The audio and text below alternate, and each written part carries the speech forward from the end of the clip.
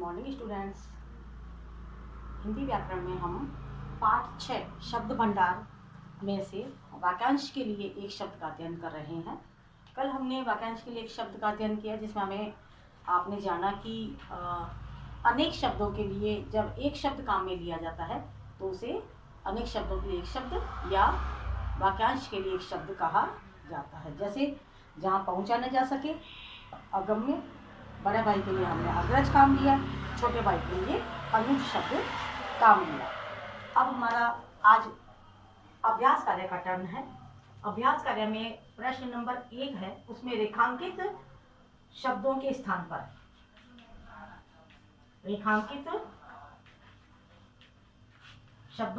पर एक शब्द लगाना है।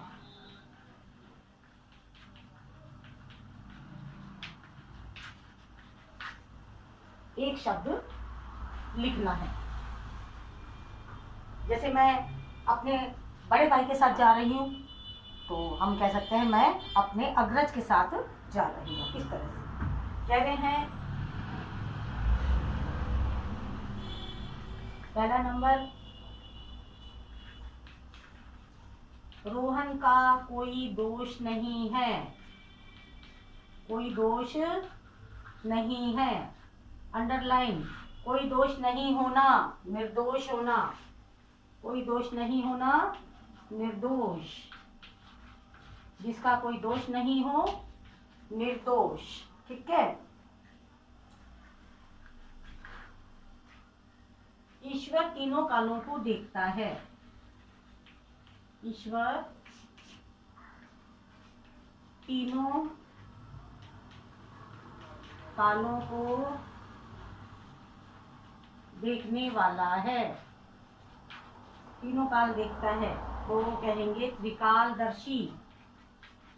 त्रिकालदर्शी, वो तीनों कालों को देखने वाला है।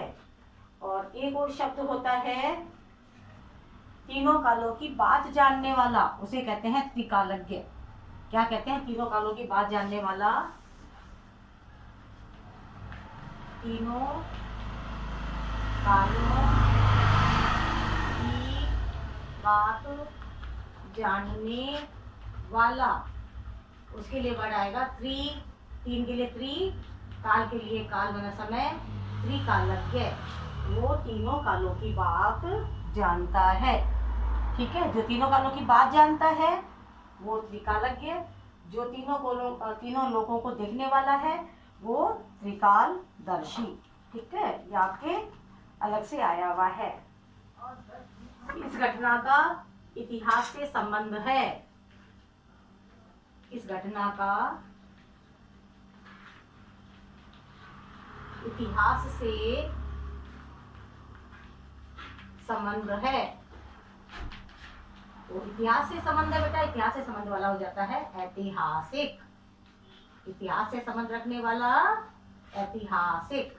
ठीक है। इतिहास से संबंध रखने वाला ऐतिहासिक। पुराण से संबंध रखने वाला पौराणिक। पुराण से संबंध रखने वाला पौराणिक। ठीक है। और हमें बहुत सारे वाक्यांश दिए गए हैं जिनके लिए हमें एक शब्द लिखना है नेक्स्ट वाले क्वेश्चन के अंदर। तो हम उसके लिए देखते हैं। जो देश, एक शब्द लिखना है आपको, है ना। प्रश्न, जो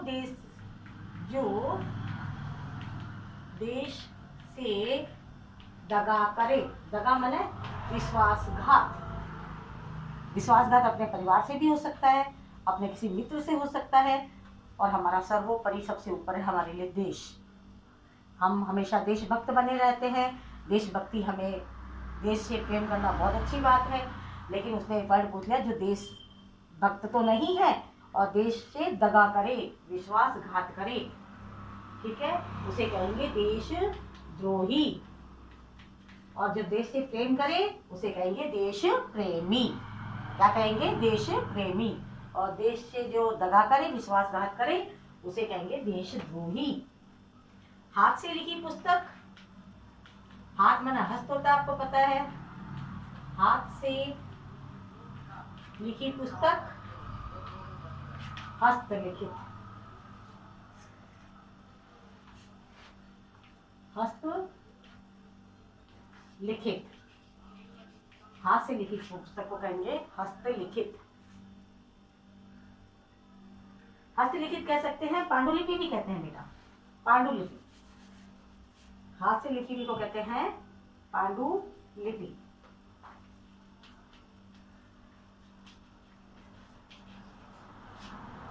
पांडुलिपि। अगर कोई चीज हम पंडित जी आते हैं, बोलते हैं कि दक्षिणा दीजिए यथाशक्ति, यथाशक्ति दक्षिणा दीजिए, यथाशक्ति ये काम कीजिए, उसका मतलब है यथाशक्ति मतलब यथा मतलब जैसे, शक्ति के अनुसार, आपकी जैसे शक्ति है, यथा समय समय के अनुसार, ठीक है, शक्ति के अनुसार यथाशक्ति। अगर हमने बोला यथा समय तो समय के अनुसार, ठीक है, यथा ये नियम, नियम के अनुसार, ठीक है। यथा का मतलब होता है अनुसार, शक्ति के अनुसार यथाशक्ति, नियम के अनुसार यथा नियम, है ना। यथा समय समय के अनुसार। गोद लिया, जो साथ पढ़ता है सहपाठी, जो साथ पढ़ता है सहपाठी। आप सब जो क्लासमेट हो ना, वो सब आपस में सहपाठी हो। जो कभी बूढ़ा ना हो, जो कभी बूढ़ा ना हो, उसे कहेंगे अजर। कहते हैं ना, अजर अमर होने का वरदान पा लिया था उन्होंने, भगवान शिव से या भगवान से अजर अमर होने का वरदान पा लिया। अजर, अजर मना कभी बूढ़ा नहीं हूँ, अमर मना कभी मरूं नहीं, तो हम अमर का भी ले लेते हैं, जो कभी मरे नहीं।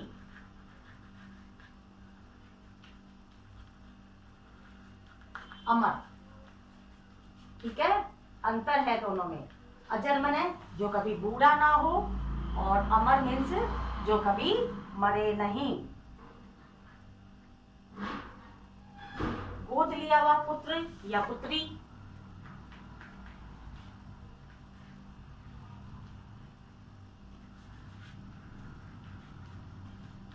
यहाँ पर हम लिखेंगे गोद ली गई संतान। पुत्र भी हो सकता है, पुत्री भी हो सकता है, उसे हम कहेंगे दत्तक। दत्तक, किसी के बेटा अगर संतान नहीं होती है, या संतान होते हुए भी अगर कोई इंसान, कोई भी व्यक्ति किसी को गोद ले लेता है, उसकी जिम्मेदारी अपने ऊपर, गोद ले लेना मतलब उसका भरण पोषण, उसकी पूरी जिम्मेदारी उस व्यक्ति की हो जाती है, ठीक है। जिस व्यक्ति ने किसी बच्चे को या किसी चीज को गोद, किसी मतलब उसको गोद ले लिया बच्चे को, ताउम्र उसकी जिम्मेदारी उसकी है, ठीक है ना, तो उसे कहते हैं दत्तक। अक्सर निसंतान लोग जो होते हैं वो लेते हैं। खा जाने वाला, खा जाने वाला होता है भक्षक, जो किसी को खा जाए, भक्षक। मारने वाला संगारक,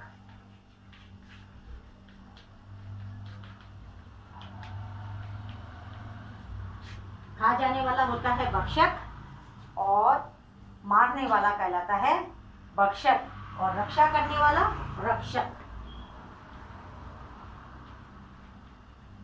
रक्षा करने वाला रक्षक। आपको बहुत सारे याद करने हैं, बहुत सारे समझने हैं, अच्छे से याद करने हैं, ठीक है। बहुत अच्छे से इनको सब लर्न कर लेना, एग्जाम आपके आने वाले हैं, ठीक है। Thank you.